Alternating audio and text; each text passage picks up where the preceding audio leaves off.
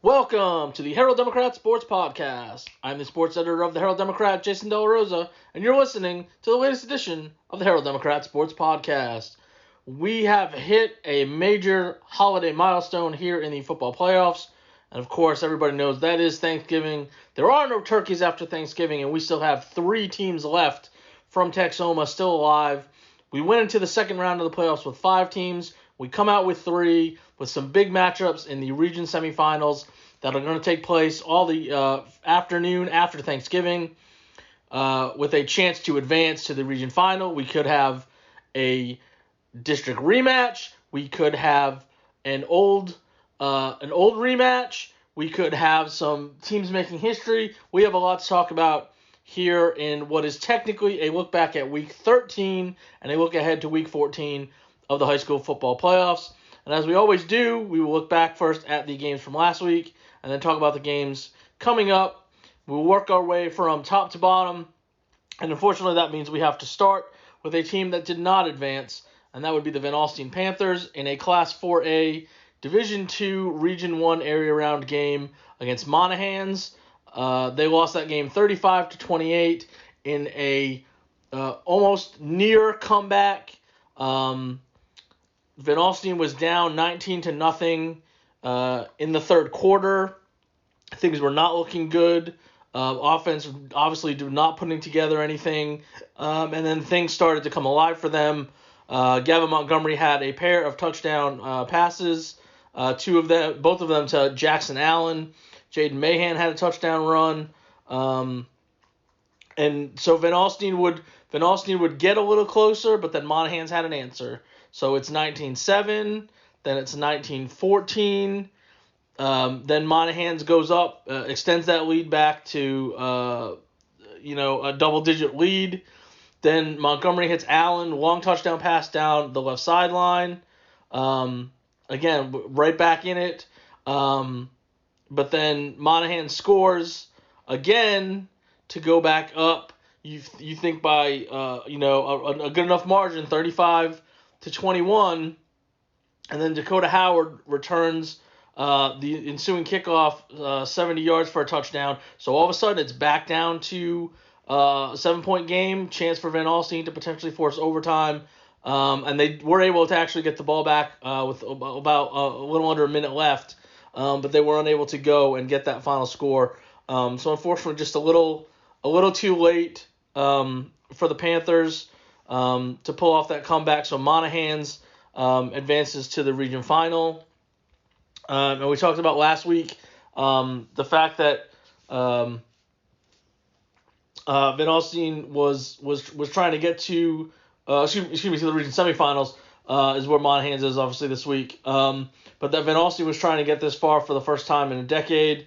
They end up finishing with 8 wins, which again we've talked about when you go from 3 wins to what they were able to do to improve their seeding. If they had won, they would have had a rematch with Aubrey in the region semifinals, and that of course would have been interesting because Aubrey won the first matchup. So if you're Van Alstyne, you go into that obviously as an underdog with nothing to lose, and Salina is in the other side of the bracket. So it would have been 3 teams from the same district getting to the Final Four in the region to show how good the district was the whole way through. And so obviously it's disappointing for this group to have shown that improvement, but just to come up a little bit short. Monahans was able to do a lot of their damage on the ground. All of their touchdowns were on the ground, and so that obviously ended up being the difference. That they were able to get off to a better start. It was only 13-0 at halftime, so it's not like they were running wild and putting up a huge number. It's just that they did just a little bit better early on against Van Alstyne, and were able to build up enough of a lead so that by the time the Panthers got going, there wasn't a whole lot of there was a little bit of breathing room every time for them to be able to hang on at the end after that kickoff return made it a 1-score game. So all in all, a great season for the Panthers. Will be interesting to see, of course, as we always talk about with enrollment, with realignment and how that's going to work out. They are going to stay in 4A Division II. They still have those numbers. The only question is going to be about their district. It's looking like Salina is going to move to Division I, and so that may change some things when it comes to how things shake out with a new district. Obviously, this is a this is a super small district anyway. It's only the 5 teams, and so if you take Salina out, that and you kept that group together, that Aubrey, Crum, Van Alstyne, and Sanger, everybody would make the playoffs. So that obviously would be a bright spot because you would know that you would be making the playoffs automatically going into the season, and then the only question would be where you would fit in the standings. And of course, you'd be losing a team that obviously is one of the best teams in the state, one of the top programs in the state, that would obviously make things a little bit easier for everybody to move up a slot. Salina turned in almost 1,000 kids, so that definitely is going to move them into Division I. Just look at some of these other numbers. I'm trying to see what the cutoff might potentially be. Aubrey has a pretty big number as well. Just being able to look at the cutoffs from last time, and obviously we'll get the official cutoff here in a couple of weeks. But the cutoff for Division I, Division II in 4A last time was 880. So obviously Salina is well above that number. So Salina is definitely going to leave. Aubrey looks like it's not. They turned in 840. So they're going to stay down. And then Crum was not even close to that number, and neither was Sanger. So there's still a chance that Van Alstyne is the smallest team in the district. The only question is going to be how will they keep it just a 4-team district, because in Region 1 there are not a lot of teams out there. That's why that district is so small in the first place. They may just keep it 4 teams. I don't know if anybody would potentially be moving up. I think, I could be wrong, I think Brock, and we'll talk about Brock here in a minute, Brock has a really good chance to move up. I think they're going to. So they could put Brock in that district, depending on how they want to fit some people. There's a couple options better to the west that they might fit with, but they may have to do a little bit of maneuvering there. So that's obviously going to be interesting, and that will affect what Van Alstyne may have to do to make the playoffs. In this district, they only had to win 1 game to make the playoffs. There's a I don't know, at least a 50-50 chance they may not have to win any games to make the playoffs, just to get in. But obviously you want to have as best a season as you can. And Van Alstyne, like we said, had a pretty good one by getting as far as they did, making the second round for the thing, and then going 8-4 after having a 3-win season last year and losing in the first round of the playoffs in that first move up to 4A. And I think that was the thing too that we wanted to see. You never know how things are going to go when you move up. Obviously Van Alstyne was very competitive as a big 3A school, and it took them a year to adjust a little bit, just to get used to some of the rigors of 4A. They still made the playoffs, and obviously I'm sure that was the goal going in. Hey, we don't know what our record's going to be overall, but we want to at least be able to make the playoffs right away, get to 4A, and they did, and they finished 4th. And then this year, they go from 3 wins to 7 wins in the regular season, so they increased the win total there by 4, and then instead of just making the playoffs, they got the 3rd seed. So obviously they've gotten better each of the 2 seasons in 4A. I'm sure the goal this next time is going to be, hey, can we get to the 3rd round? Can we get a 2nd seed or higher in the playoffs? And they're going to have to do it with several new faces. I mean, there's a good chunk of these guys that were seniors. Starting of course at quarterback with Gavin Montgomery. You have a lot of guys on both sides of the ball that were contributors. Gavin Bybee is a guy who, whether it was, on defense, in the running game, in the passing game, as a receiver, another receiver, Lucas Lindley's gone, but they are going to have some talent back. Especially at some of the skill spots. Jackson Allen is going to be back. He'll probably be the main target coming into next year just based off of that. Jaden Mahan's back as the running back for yet another year. So they do have some. Not without crunching the numbers, I'd say it's probably Dakota Howard's back. I would imagine he might be in line to take over at the quarterback spot on a full-time basis. Of course, that would open a hole at receiver to be able to do that. So. They've got some guys obviously that have had the success that going into next year are going to be 3-year contributor. They're entering the third year as a contributor.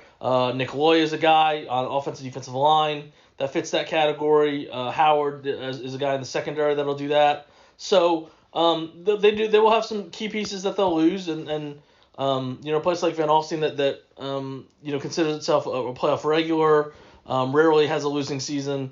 That's a situation that they're going to look to take care of next year. So that's unfortunately the end of the line for Van Alstyne here in the area round. Moving on to the next one, and Class 3A Division 1 Region 1, we find the Whitesboro Bearcats. They advance with a 41-21 victory over Bushland. We talked last week about having to make this long drive, the almost 4-hour drive that out to West Texas. It didn't bother them too much, although the first quarter was a scoreless quarter, and I wonder how much that affected both sides because Bushland had a pretty good bus drive. It was a little closer for them, but they still had to make it. And so I wonder if that kind of played into the fact that the first quarter of a game where there were that many touchdowns was scoreless, and all the scoring actually came in the middle two quarters, and it was a little back and forth in this one. The highlighted guys for Whitesboro, Mac Harper led the way. He was 13 of 25 passing for 254 yards and 2 touchdowns. Also had an interception, and he also ran 18 times for 101 yards and 3 scores. One of the touchdown passes was to Torrin Nagelstad, and Nagelstad also had a touchdown on defense. He returned an interception, 42 yards for a score, and actually had 3 interceptions in the game as the Whitesboro defense came up with 4 turnovers. 3 of them were by Nagelstad with the INT TD return. The other touchdown pass was to Jake Hermes, who had 3 catches for 92 yards. Nagelstad finished with 5 catches for 88 yards. And Whitesboro did enough in the third quarter to open up a bit of a gap, and then the fourth quarter was scoreless as well. So this is just the third time that Whitesboro has advanced to the region semifinals, and so they will have another relatively long trip, not as long potentially as last week because a lot of it is highway. But Whitesboro advanced to the some region semifinals against Shallow Water, and that game is at 1 p.m. Friday at Abilene Christian. Whitesboro, now 8-4, is taking on Shallow Water, who is 10-2, and they're coming off a 43-14 victory against Early. And like we mentioned, this is the third time in the region semifinals for Whitesboro. Last time was 2017. If they do win, it will be the best season in school history because they have never advanced to a region final. A victory would also be win number 9. And having at least 9 wins in a season, that would be just the 4th time since 1948 that Whitesboro has won 9 games in a season. Shallow Water is also semi-new to the region semifinals, so Whitesboro hasn't been since 17. Shallow Water is in the region semifinals for the first time since 2018. And this winner will play the Jim Ned Brock winner in the region final. I think this is the semifinal, obviously, that is going to be overlooked in this region because Jim Ned is the defending state champion, and Brock is the number. They're both the number 1 and 2 team in the state in the final rankings of the regular season poll in the state, and I think everybody has sort of everybody has circled this on their calendar. This Jim Ned Brock showdown that everybody expected to have happen, and I think a lot of people are putting the winner of that game not just all the way to the championship game, but probably to win the whole thing. So I think this has a chance to be one of the games this week, even though there's only 8 of them. I think this has a chance to be the overlooked game because of that. And so it's going to be interesting. Of course, if Whitesboro does advance and Brock advances, that is a district rematch. So there's that possibility still out there. And so I'm interested to see what's going to happen. You look at this game against Bushland. Whitesboro falls behind early in the second quarter. They come up with a long touchdown pass from Harper to Hermes. And then on the ensuing possession, Nagelstad has his interception returned. So now Whitesboro's up, and then Bushland answers, and then right before halftime, Harper connects with Nagelstad, so they're up 21. So Whitesboro's up 21-14, and then the first 2 touchdowns of the third quarter are Harper TD runs, and so Whitesboro's able to build a little bit of a cushion, and Bushland's only able to score once more. But that's again, everybody's kind of looked at this Whitesboro team as the underdog in the region. Obviously, Jim Ned and Brock have gaudy records. Shallow Water's 10-2. Whitesboro's the one sitting there at 8-4. I think if you look at the 4 teams up, they're probably the ones being overlooked. But we've talked about it for the last month. They hit their stride, and they've figured some things out and had some guys get healthy at exactly the right time, and they've gotten on a roll to the point where I don't think you can count them out, especially this week. They obviously have shown that they're not intimidated. They've played higher seeds than them. They've played teams with better records than them. It has not mattered. They had to make this long road trip. Didn't matter. So they're gonna make another road trip again. It's gonna be on a weird time. So maybe that's the one thing that you look at with both of these teams having to play super early on a Friday, where you're gonna have to get up early to get out there for that start time.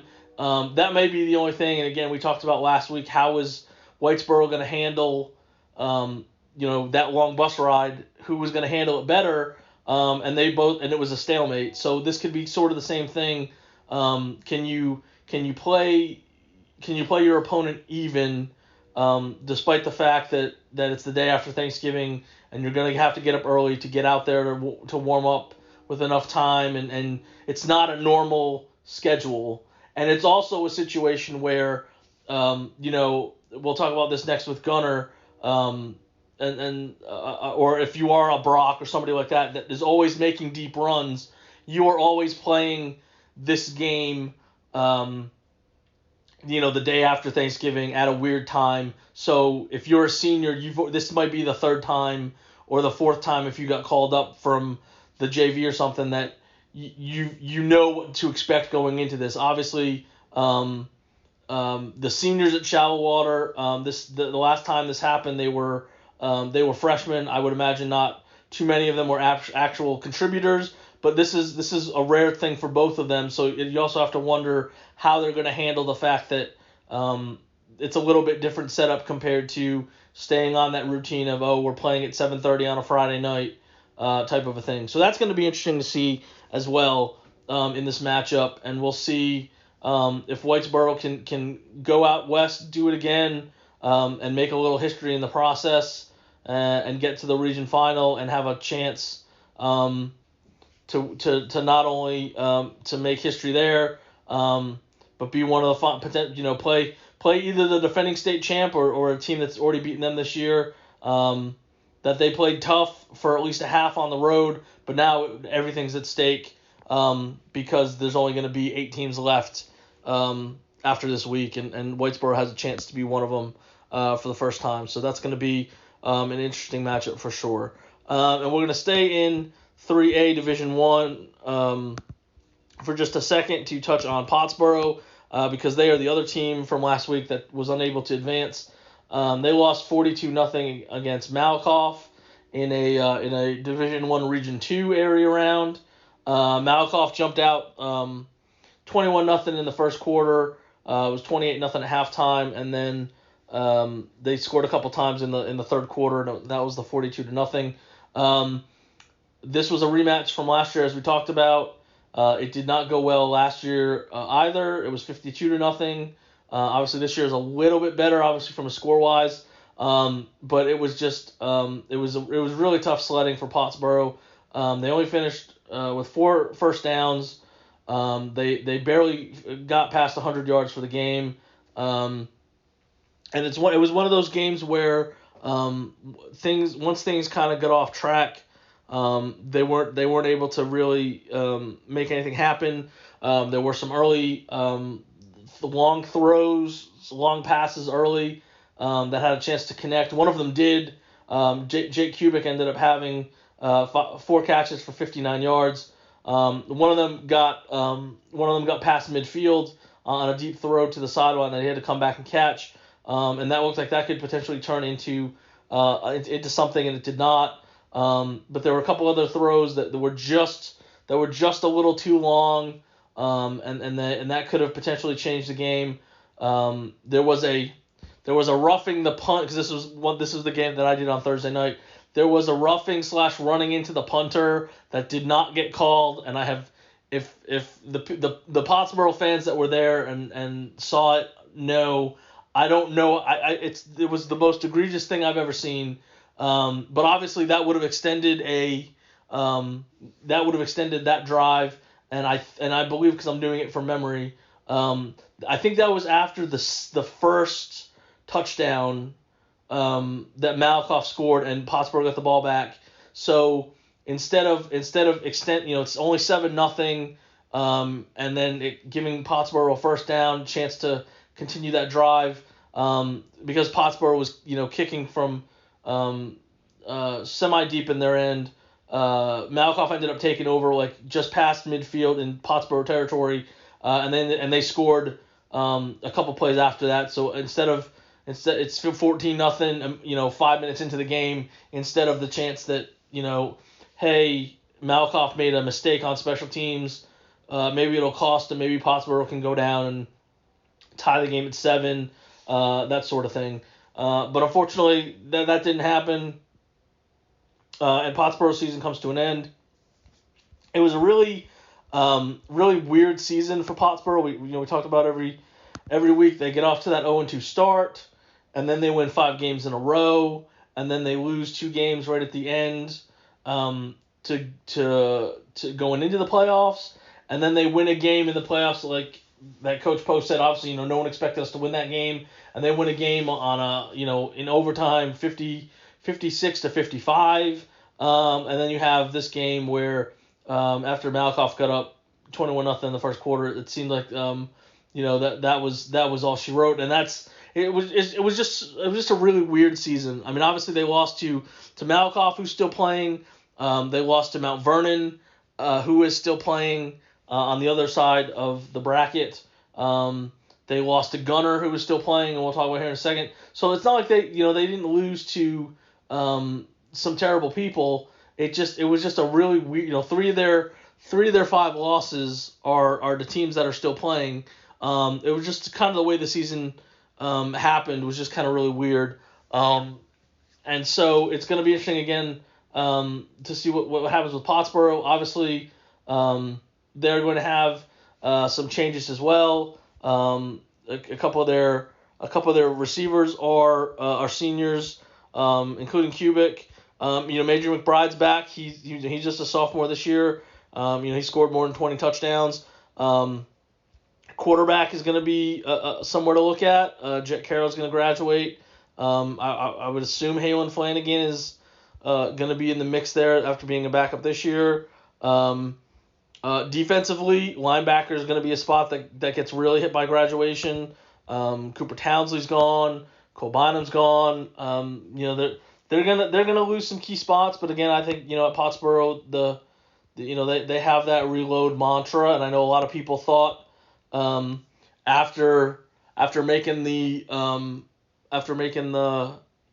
state championship game a couple years ago that they were going to be sort of in a down cycle type of a thing, and then they've last year they finished they shared the district championship, and they were able to get the second seed again this year, obviously losing that game to Mount Vernon for a chance to get another share of the district championship. Didn't work out, but again they were near the top of the district standings again. I know the overall record is not what they would have wanted, and again with Pottsboro, same deal. We talk about what is realignment going to do for them.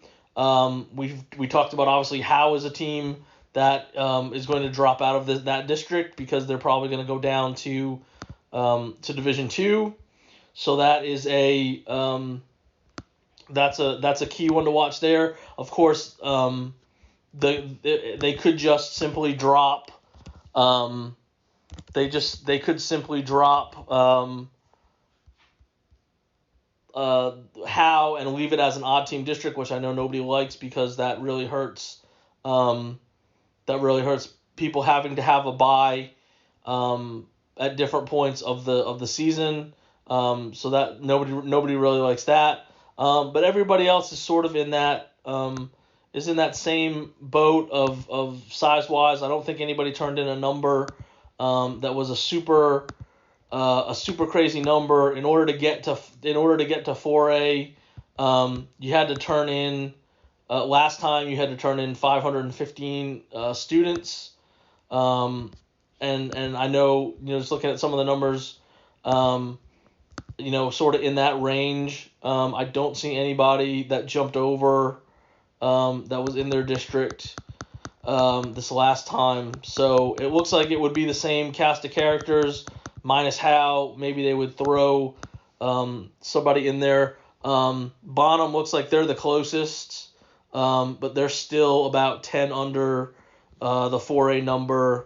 Looks like they turned in 507, and the number was 515. So, and the number normally goes up, but even if it stayed the same, Bonham would be about 7 or 8 kids below the number. So that would be maybe something to look at next time that Bonham is that close. But nobody else is in that neighborhood. Looks like the next closest, Mount Vernon and Winsboro, turned in 479. Emory Rains turned in 474. Mineola turned in 459. So nobody's really that close. Commerce is below Pottsboro. Pottsboro turned in 454. So that would probably be the one thing you could look at is they may just knock Howe out of that district, and then keep everybody else the same. And if they do, Pottsboro's shown they can compete even when they have some changes. Different parts of the roster on a year-to-year basis, they can still be one of the best teams in that district. It is a really tough district, but they seem to find a way to be near the top of it. At least they have the last couple of years. So we'll see what realignment does and how that will affect Pottsboro. But I would assume they'll be in the mix again because that's what Pottsboro does. Moving down, we have 2 more teams to talk about, and this is where things can get really exciting for Texoma as we go to Class 3A Division II Region 2. And these 2 semifinal games will start with the old dog, the defending region champions, continuing to extend what has been a great run since the start of 2016, and that's the Gunner Tigers. They have a region semifinal matchup against Dublin. Gunner is 12-0 after they beat Millsap 62-12, and Dublin comes in at 9-3 after they hung on and beat Palmer 41-35. And so to quickly recap last week, it's the same recap that I feel like we give every week for Gunner. It was 62-0 at halftime. Millsap did not score until they got both their touchdowns in the fourth quarter. In the fourth quarter, Gunner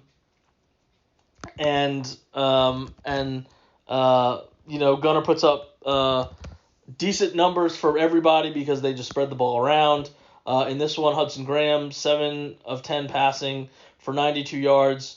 Did have 2 touchdown passes and an interception. 1 touchdown pass was to Cole Lemons. One was to Cannon Lemberg. The touchdown pass to Lemons was his only catch. Lemberg had 4 catches for 31 yards. On the ground, Hudson Graham had 5 carries for 141 yards and 3 touchdowns. Ashton Bennett was next. He had 5 carries for 74 yards and a touchdown. Ethan Sloan had 5 carries for 63 yards and a touchdown. Ivy Hellman added a touchdown run.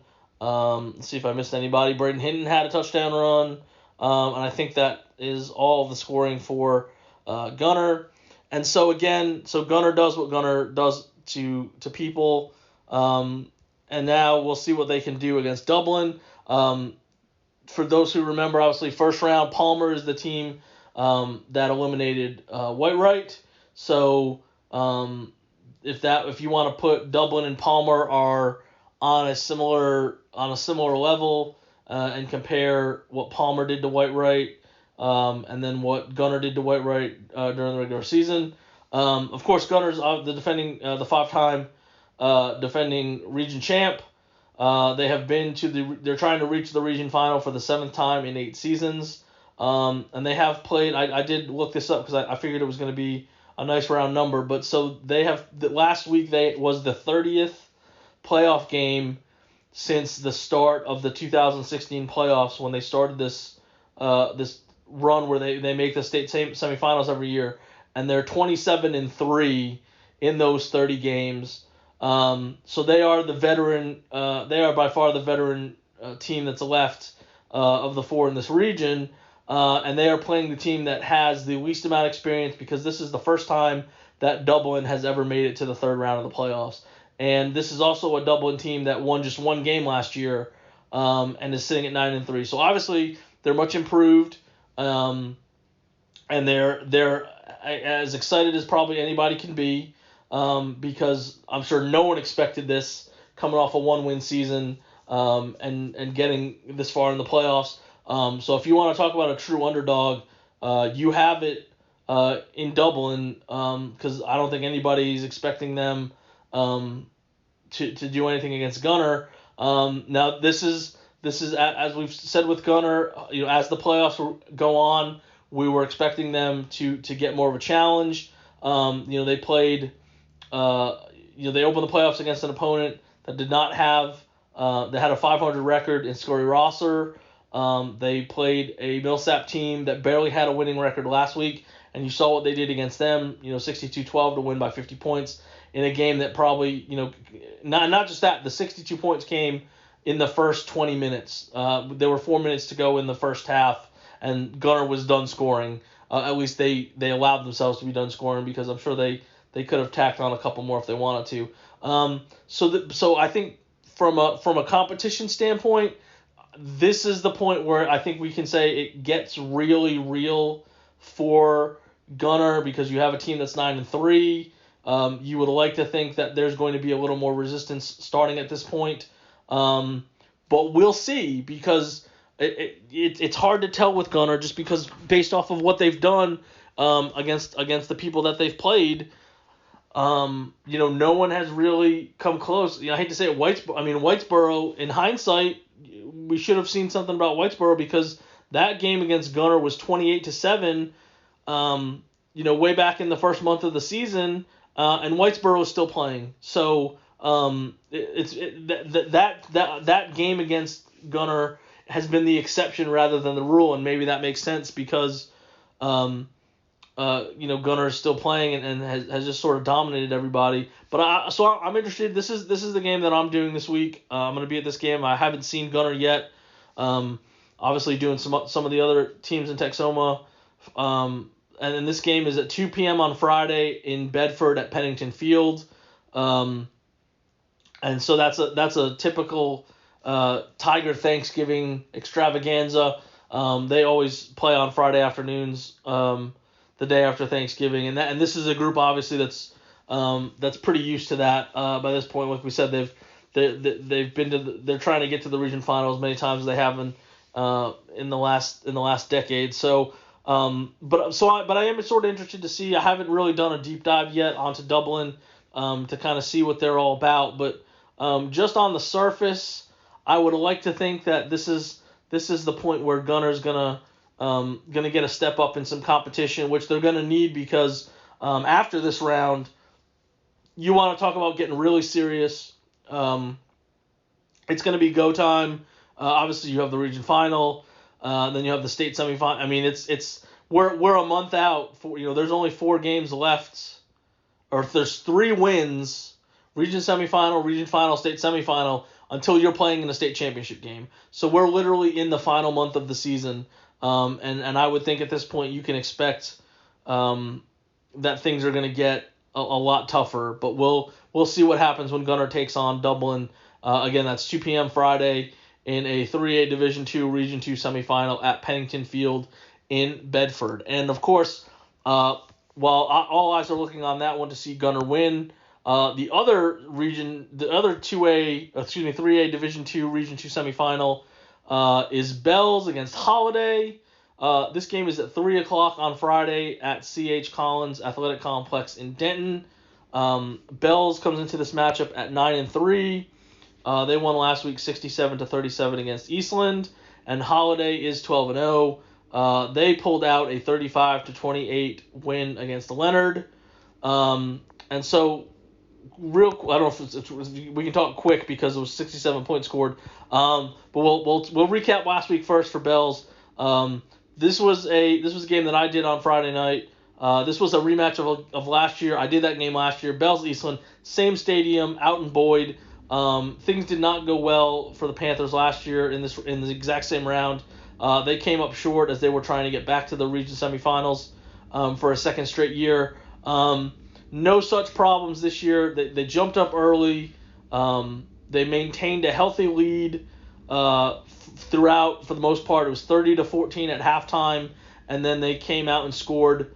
They got the first touchdown in the third quarter. It didn't come right out and score. It happened in the second half of the third quarter. But they were up 30-14. They made it 38-14. And Eastland was never really able to get back into the game. Part of that was turnovers.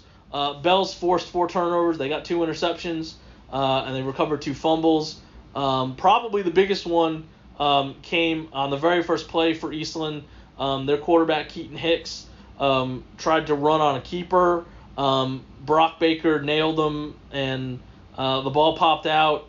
Cooper Smith fell on it, and it was in Eastland territory. And then the Bells was able to go and turn that into a touchdown and go up 16-0, immediately. So that was huge. They went for it on fourth down a bunch of times. They got it every time to finish off some drives. One of those was a Grady Waldrop touchdown. It was on, I think it was 4th and 4, and he broke loose and was able to score. And that was the thing last year. Bells, went up and down the field, had no problems going up and down the field. But when they got into, inside the 20-yard line, they had drives sort of stall. 4th and goal, 4th and short, and they would go for it, and they failed. And that ended up being the difference as Eastland was able to win last year. No such problems this year. Scored multiple touchdowns in every quarter. To put up the 67 points. And of course, as Bells does, they did it on the ground. They ran 69 times for 565 yards.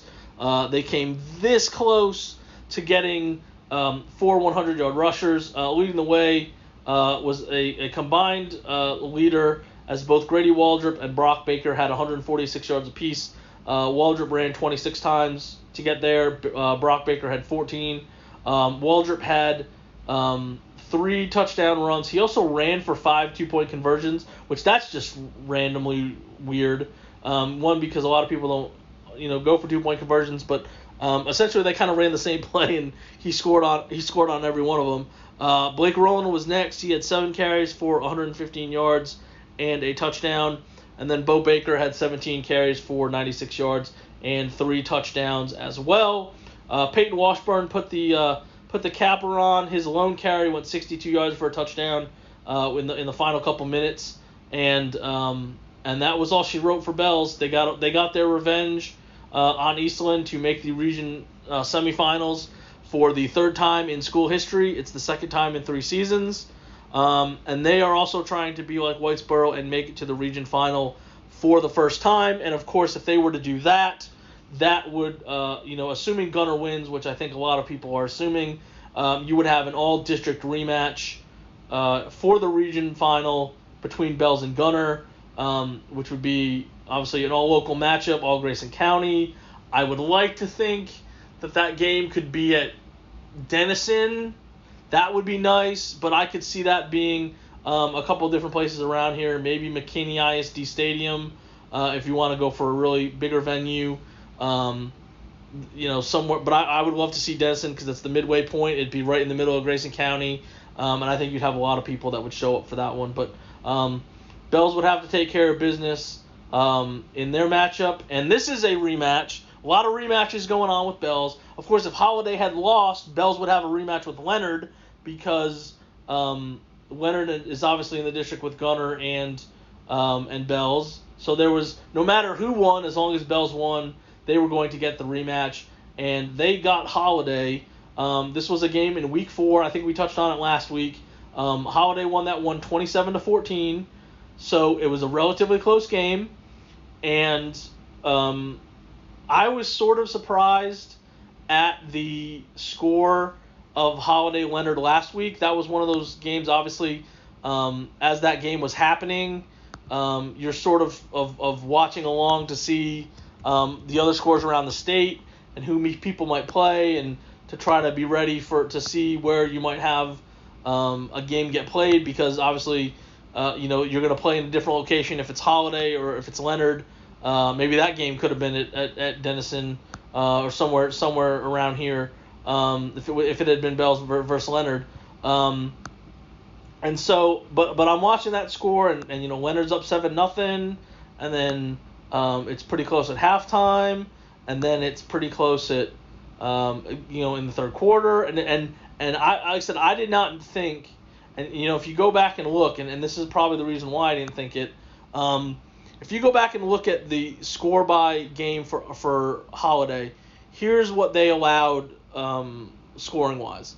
14-7-7, 14-12, 16-6, 14-0, 13-12, and then the 28 by Leonard. So they went into that matchup. They had not given up more than 2 touchdowns in any game this season. And so I didn't know. Defense has been the calling card for Holiday the last couple of years. They're back in the region final the region semifinal for the 4th time in 5 seasons. If they advance and end up facing Gunner, that's a rematch from a couple of times recently. Those two have played deep in the playoffs, played for a region championship against each other back when they were in the same district, and one would go through one side of the bracket and one would go through the other, and they would meet in the region final. So Gunner's going to if Gunner does advance, which I think it's very safe to say, they're going to face a team that they are very familiar with, regardless of who wins. But I thought that was interesting that that Leonard Holiday score was as close as it was, and honestly that Leonard was going to score as many points as they did, just because Holiday's reputation has been their defense to have the success that they've had over the last 5 or 6 years. And then you look at, too, if you want to compare scores, and I think this is kind of obvious because Bells played Holiday to end non-district play, and then their first game was against Leonard the next week. So they lost to Holiday 27-14, and then they turned around and beat Leonard 37-29. So Holiday beats Leonard 35-28. Bells beats Leonard 37-29. I think this is a really close matchup. Obviously, you could say that because the last time it was a 13-point game. There are some caveats to that. One of them being Bells was not as healthy as they are right now. They had some key guys missing. I think that might make it a little bit of a closer edge. I don't know if there, I know there are people that put out the point spreads and stuff. I'd wonder to see what the point spread would be for this game. So I think this has a chance, to be a real 50-50, sort of game. And of course, you want to talk about, so we sit here and you say, oh well, Holiday's undefeated, Bells is 9-3, they have 3 losses. Obviously, one of their losses is to Gunner, who is still playing, and of course they opened the season way back in August, losing in overtime against Whitesboro, who is still playing. So all 3 of Bells' losses are to teams that are in the region semifinals. 2 of those games were close. Obviously, the Gunner game was not. It was 41-14. But again, I think, and that was the week right after they beat Leonard. So I'm interested to see what happens here with this one, because again, this is a team in Bells that really the final month of the season, they had guys in the lineup, out of the lineup, hold this guy out to try to get healthy. And guys did step up. There's no doubt about that. Obviously, they're 9-3 and they finished second in the district. They only lost to Gunner in that district. And obviously their only 2 losses are a team still playing. But I think what you saw the other night against Eastland is the potential of what this group could look like now that they're fully healthy. So I'm interested to see the rematch. I'm sure Bells is going in thinking, hey, they've already beaten us. We're the underdog in this one. I think probably a lot of people think they're the underdog. And I'm sure that's what Bells, the coaches, may be saying. But I think it's also one of those things where you can play with them. Again, you only lost by 2 scores. It was a 1-score game going to the fourth quarter. It was 14-7 at halftime. It's 21-14 going to the fourth quarter. So all it takes is 1 turnover, 1 penalty, one injury in the course of the game that could totally flip the outcome, and we could get a Bells versus Gunner matchup just as easily as we could get a Holiday versus Gunner matchup in the region final. So I'm really interested to see that score as well. I honestly think, looking at all 3 of the teams that we have left here in Texoma, I don't know what percentage you would say or what the odds are that all 3 of them will advance, but I do think you have 3 teams that are all capable of advancing just based on the way that they've been playing and what they've done so far to this point. I think all these matchups are relatively, or at least the Bells and Whitesboro matchups are even. I think, like we said, I don't know if Gunner's going to be tested because of what their body of work has been so far. We'll see what Dublin can do, but I do think if you were to tell me probably by about 6:00 on Friday night that all 3 of these teams are in the region final for our area, I don't think I would say, wow, that's shocking. I could easily see everybody getting to the region final, which would be obviously awesome to have a Gunner versus Bells matchup and to have Whitesboro doing what they've been doing and to make history as well. So we'll see what happens. It'll definitely be interesting. It always is this time of year. Everybody's really good. We're getting down to there's only 16 teams left in the state. So if you've made it this far, you've definitely done something, whether you were predicted to or not. Whether you got hot at the right time, or you took advantage of whatever you took advantage of, or you got healthy, to say that you're one of the top 16 teams, and if you win one of the top 8 teams next week, that means you've obviously done a lot of good things in your season. So everybody have a happy Thanksgiving. Enjoy Thursday. Enjoy watching all the football that will happen on Thursday. And then if you can, if you're not shopping, if you're not watching some of the college football that is going to happen on Friday. I know there are some Texas teams, Texas being one of them, that is playing on Friday. I think TCU's playing as well. I'm going to pull it up on the schedule. I know so Texas is playing. I knew that. And TCU plays later that afternoon, so you can kind of do a doubleheader with them. Try to get out to these games. I know Abilene's far, and I'm sure the Whitesboro faithful will make another long trip to watch them. But you've got a game in Bedford that's not that far away. Obviously, C.H. Collins is in Denton is not that far away as well. Get out and watch some really good football. These teams have had great seasons, and I wouldn't want to hope, I'll just go watch them next week when maybe they're a little bit closer, because next week might not happen. So let's enjoy these region semifinal games. I think they're all going to be pretty good. We'll see what happens. We'll know by early Friday evening who's advancing, and then hopefully we'll know for sure as well what the region final schedule is going to be like. Make sure to follow me on Twitter at Jason De La Rosa is the Twitter address. I will have updates as I'm doing the Gunner game, and I will have the scores for the Whitesboro and Bells, and then hopefully we'll know what the pairings will be for next week as well. So again, thanks for listening to the podcast. Enjoy the holiday, enjoy the time off, and we will see who can get to the state quarterfinals next week. Thanks for listening.